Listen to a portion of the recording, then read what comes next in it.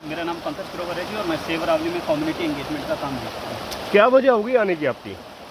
Sir वजह बड़ी simple है कि जो पानी भरा जा रहा है, सबसे पहले तो सबको शुभकामनाएं, मेरी जनप्रतिनिधियों को, पूरे फरीदाबाद की जनता को शुभकामनाएं कि भटकल झील को दोबारा से भरा जा रहा है। लेकिन सवालिया निशान इस बात पर है कि जो सीवेज ट्रीटमेंट प्लांट का पानी लाया जा रहा है, हमारे पास फरीदाबाद में कितने सीवेज ट्रीटमेंट प्लांट हैं, उनकी पिछले 10 साल की क्या रिपोर्ट है?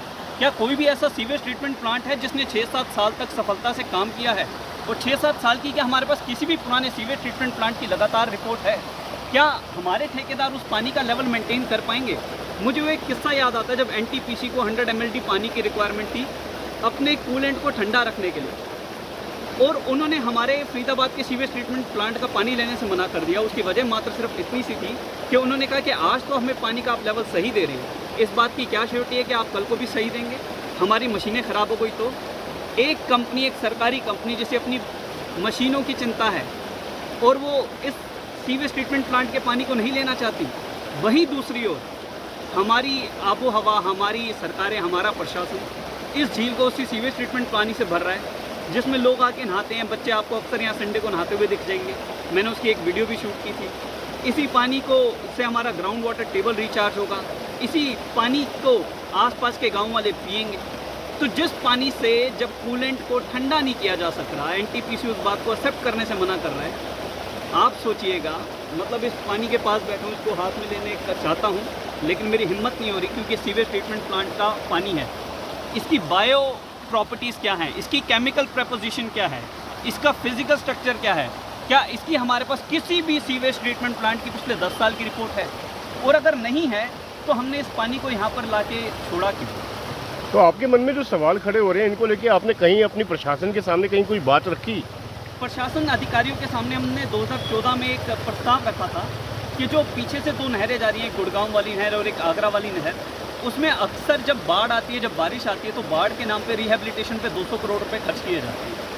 उस 200 करोड़ रुपए में से सिर्फ 4 करोड़ रुपए लगेंगे उस पानी को भटकल जैसी 5 झीलें आप भर देंगे, बस वहाँ से यहाँ तक शिफ्ट करना उस पानी को, जिसमें आपके सिर्फ 2 पावरफुल प्रेशर पंप लगेंगे। तो उन 2 पावरफुल प्रेशर पंप को लगा के अगर आप सारा का सारा पानी यहाँ शिफ्ट कर दें तो आपके 200 करोड़ रुपए बचेंगे जो रिहेबिलिटेशन पे खर्च होते हैं। दूसरा, भटकल जैसी इस पावन धरा को आप सीवेज ट्रीटमेंट प्लांट के पानी से भरने की बजाय बारिश के पानी से भर पाएंगे, जो कि इसका नेचुरल हैबिटेट है, जो कि इसकी नेचुरल ज़रूरत है, जिससे आसपास किसी को भी दिक्कत नहीं होगी, ना पानी प्रदूषित होगा, ना धरा प्रदूषित होगी, ना लोग जहरीला पानी पिएंगे, और अगर बच्चे इसमें नहाएंगे तो हमें संतुष्टि होगी कि वो साफ पानी में नहा रहे हैं। फरीदाबाद की इस भटकल झील को भरने के लिए 3 एनकैचमेंट एरिया थे, जिसमें से एक परसोन था।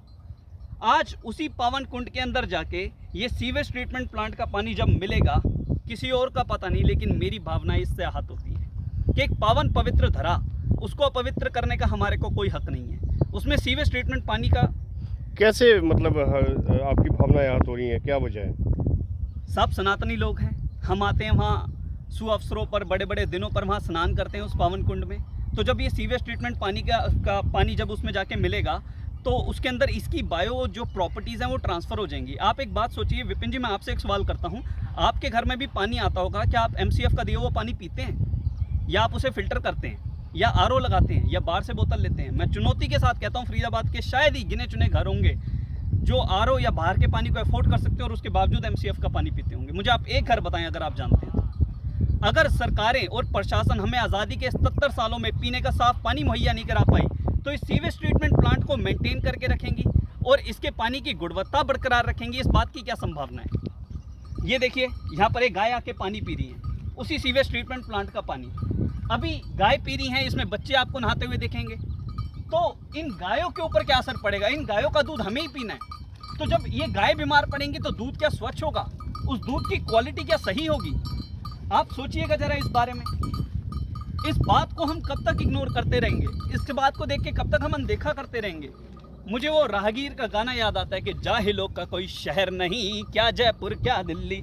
तो फरीदाबाद का प्रशासन, फरीदाबाद की सरकार, फरीदाबाद के लोग भी क्या यूं ही आंखें मूंद के बैठे रहेंगे? आप उन सरकारों पे भरोसा कर लेंगे, उन प्रशासन पे भरोसा कर लेंगे जो आपको आपके नल में पीने का साफ पानी मुहैया नहीं कराते, और इस पानी की स्वच्छता को बरकरार रखेंगे? अगर ये पानी उतना ही स्वच्छ है, उतना ही साफ है, तो जिन प्रशासनिक अधिकारियों के, जिन राजनेताओं के इस फाइल पे हस्ताक्षर हुए थे कि सीवेज ट्रीटमेंट पानी को ला के यहाँ पे सर्व किया जाए, उन सभी को उतने दिन तक, जितने दिन तक सीवेज ट्रीटमेंट प्लांट से पानी हमारे यहाँ आ रहा है, उतने ही दिन तक उनके घरों में क्यों ना सप्लाई किया जाए। एक भागीरथी प्रयास है जो सार्थक हो रहा है अपने शहर का, तो आपके मन में सिर्फ शंकाएं ही हैं या फिर आप कुछ और भी कहना चाहते हैं?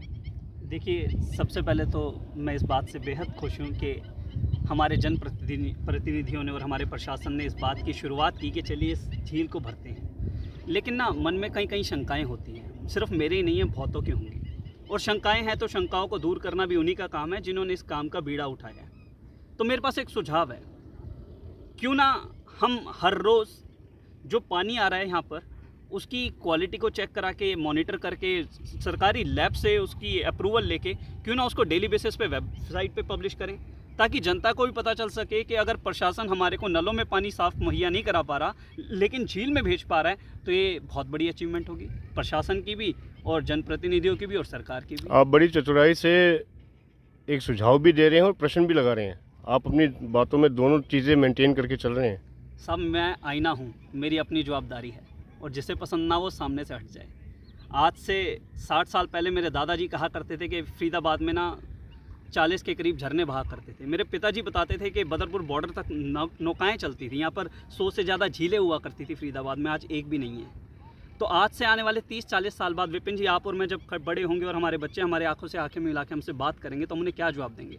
हम क्या कहेंगे? दिल्ली एनसीआर में कभी ग्रीनरी थी, कभी फरीदाबाद में एक झील हुआ करती थी जिसमें हमारे सामने उसका अत्याचार होता रहा और हमने कुछ नहीं कहा। तो आने वाले में हम खुद को क्या जवाबदेही देंगे? तो कहीं ना कहीं परमात्मा से जाके आंखें मिलानी है, आने वाले वक्त से आंखें मिलानी है, तो सवाल तो करना बनेगा। और सेव अरावली का क्या रहेगा? सेव अरावली इस जैसे कि पर्यावरण के हित में काम करती रहती है, तो झील को लेके क्या वो कुछ एक्टिविटीज़, कुछ गतिविधि उनकी चल रही है?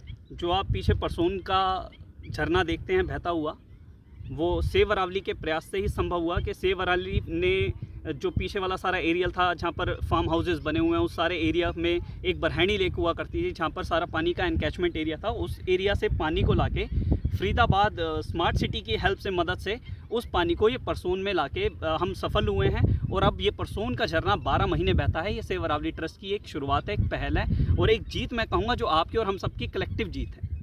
तो आज के कार्यक्रम में आपने देखा विजन ऑफ हरियाणा पर सेव अरावली के सदस्य पंकज ग्रोवर ने अपने विचार रखे।